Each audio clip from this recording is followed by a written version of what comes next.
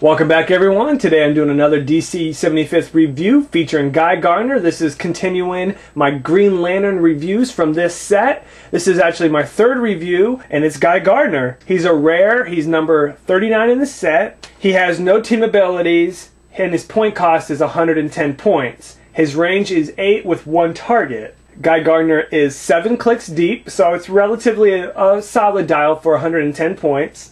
He does have a trait, Antagonist, with no action tokens. He can use Close Combat Expert. So if you're close to someone and you don't have any tokens on you, you can use Close Combat Expert, which is really nice. And as you can see here, he has Indomitable.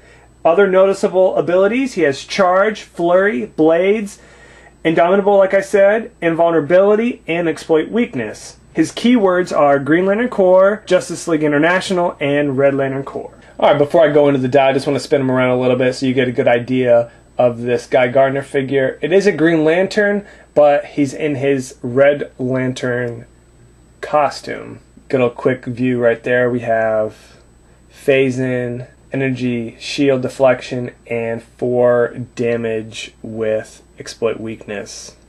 It's pretty cool. He's got a chainsaw. Alright, so let's go through his dial. He starts off with Phase-In with a 12 movement, 11 attack, 17 defense with energy shield deflection, so it's a 19 for range, and 4 damage with exploit weakness. So that's pretty good. You're just going to want to get into position and then probably push with Indomitable so you don't take any damage. Now on your second click, you have 10 movement with charge, 11 attack, 16 with toughness, and 3 damage. So his stats went down, but now he can charge into attack, and now you have a defense power with toughness that you can reduce damage by 1. And here we go, we have charge again, now we have quake, now we got back to the energy shield deflection, and now you went down to 2 damage with battle fury, so you're not going to be able to make a ranged attack, but you won't be able to be mind controlled. A little bit of new powers here. On the fourth click, you gain Flurry, where you can make 2 separate close combat attacks. If you don't want to do that, you can do Quake, and your damage goes up to a 3 now, so that's pretty good. On the 5th click, you have Blades now, and Flurry, and you gain Invulnerability to reduce 2 of the damage. And along the whole dial, you still have Indomitable, so you're able to have permanent willpower throughout the whole time. Here on the 6th click, you lose Flurry, but you still have Blades, so you can do that, because Blades with 2 damages, you really want to do Blades. And you still have the 15 with Invulnerability. Here on the last click, you have Phase-In if you need to fly away to get away, or you can stay and use your blades to attack. Your damage goes down to a 2 with no powers, and your defense goes up to a 16, and then you're KO'd.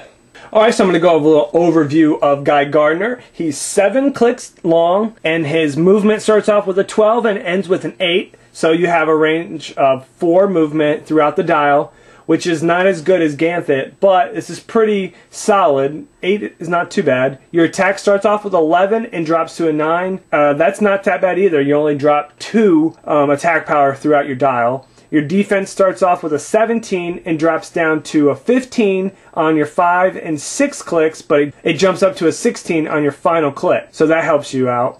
And you start off with your damage at 4 and you end up with 2. That's like a realistic, and most characters end up with 2 damage, but you start off with really high damage with 4. That's probably because you have the chainsaw and you're trying to get the use of that.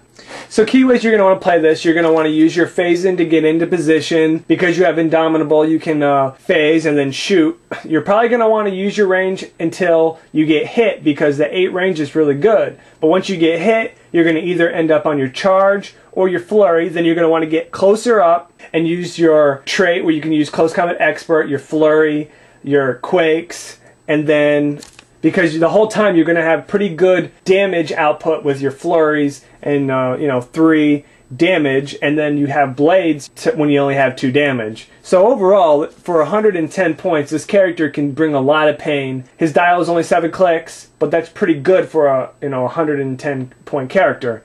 I recommend him. He's definitely playable alone out of the Green Lanterns because he's so cheap for what he does.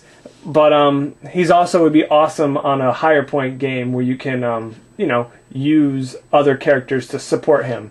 But I recommend this character. He's probably my least favorite of the characters, but the dial is very playable.